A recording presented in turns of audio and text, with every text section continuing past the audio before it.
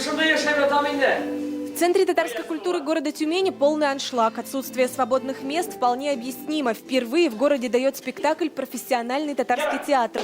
У Атнинского государственного театра драмы тоже дебют на тюменской сцене. Как все произведения Зульфата, хоть и комедия вроде, музыкальная, легкий жанр, но на самом деле глубокая философия такая жизненная. Что такое жизнь, что такое любовь, одиночество. Спектакль «Остров любви» по пьесе известного драматурга Зульфата Хакимова. Музыку и стихи к постановке написал тоже он.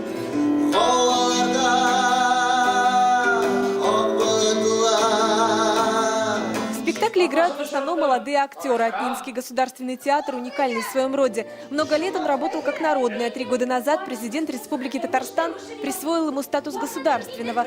Все бы ничего, но для села с населением в 3000 человек иметь собственный государственный театр – культурное богатство. В Тюменской области театр побывал в нескольких селах. Буквально вчера мы были в деревне.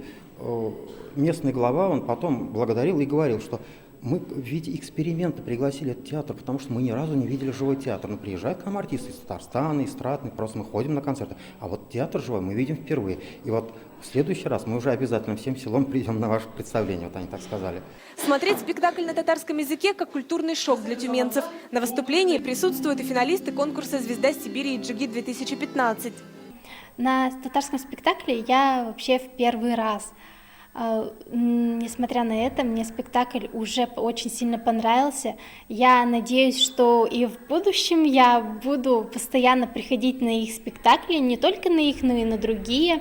Атнинский государственный драматический театр открыл тюменцам новый мир. Труппу театра здесь уже ждут с новыми постановками. София Хайруллина, Рамиль Нигматуллин, ТНВ, Тюмень.